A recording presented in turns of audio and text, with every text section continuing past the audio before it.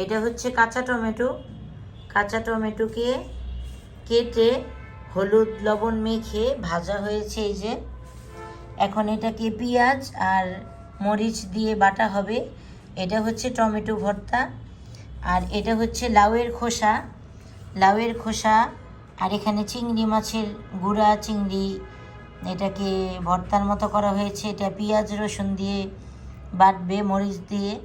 আর এটা ধনেপাতা, এই লাউয়ের খোসা আর এইটার সাথে মিশাবে। লাউয়ের খোসাটাকে এখন ভাজা হয়েছে। লাউয়ের খোসাটাকে ভাজা হয়েছে, এটাকে মরিচ পেঁয়াজ রসুন দিয়ে বাটা হবে লাউয়ের খোসা ভর্তা। আর এটা হচ্ছে কাঁচা টমেটো ভর্তা। কাঁচা টমেটোটাকে, এই যে কাঁচা টমেটোটাকে পিস পিস করে কেটে হলুদ লবণ মেখে ভেজে এটাকে বাটা হবে পেঁয়াজ আর মরিচ দিয়ে, লবণ দিয়ে। কিছু পরিমাণ কাঁচা টমেটো আমি ভাজির জন্য কেটে নিলাম। কাঁচা টমেটো ভাজি অনেক মজা হয়। তো একটা কড়াইতে আমি কিছু পরিমাণ পেঁয়াজ আর রসুন ভাজতে দিয়ে দিলাম কাঁচা টমেটো ভাজির জন্য। এই কাঁচা টমেটো ভাজিটা আমার এত পছন্দ, আপনারা যদি এভাবে রান্না করে খেয়ে থাকেন তাহলে বলবেন যে না, আসলেই অনেক মজার একটা খাবার।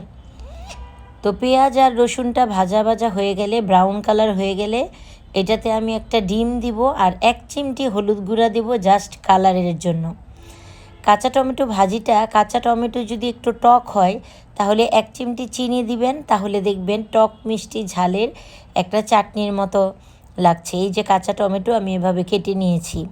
তো এখন এই কাঁচা টমেটোটা আমি অ্যাড করে দেব। ডিমটা ভাজা ভাজা হয়ে গেলে এই টমেটোটা আমি অ্যাড করে দেব।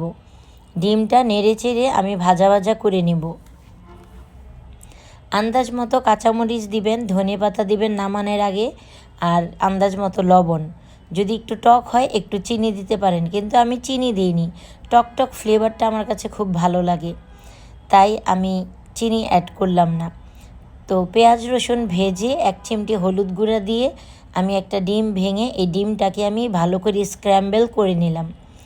দেখতে পাচ্ছেন ডিমটা একেবারে ভাজা ভাজা হয়ে গেছে। এখন আমি এতে অ্যাড করে দিব কাঁচা টমেটো, কিছু কাঁচামরিচ দিয়ে দিলাম আন্দাজ মতো। এটা বেশি ঝালও ভালো লাগে না, একেবারে সাদামাটাও ভালো লাগে না, হালকা হালকা স্পাইসি থাকবে, এটাই এটার বৈশিষ্ট্য। এখন কাঁচা টমেটোটা অ্যাড করে দেব। ডিমটা ভাজা ভাজা হয়ে গেছে। কাঁচা টমেটোটা আপনি যেভাবে খুশি সেভাবেই কাটতে পারেন। আপনি চাইলে আলু ভাজির মতো কাটতে পারেন, আমি এভাবে কেটে নিয়েছি। এখন স্বাদ মতো লবণ দিয়ে দিব। লবণ দিয়ে আবার নেড়ে চেড়ে নিব। এই ভাজিটা হতে বেশি সময় লাগে না, তো অবশ্যই রান্না করে খাবেন। হয়ে গেল ভাজি। আল্লাহ হাফেজ।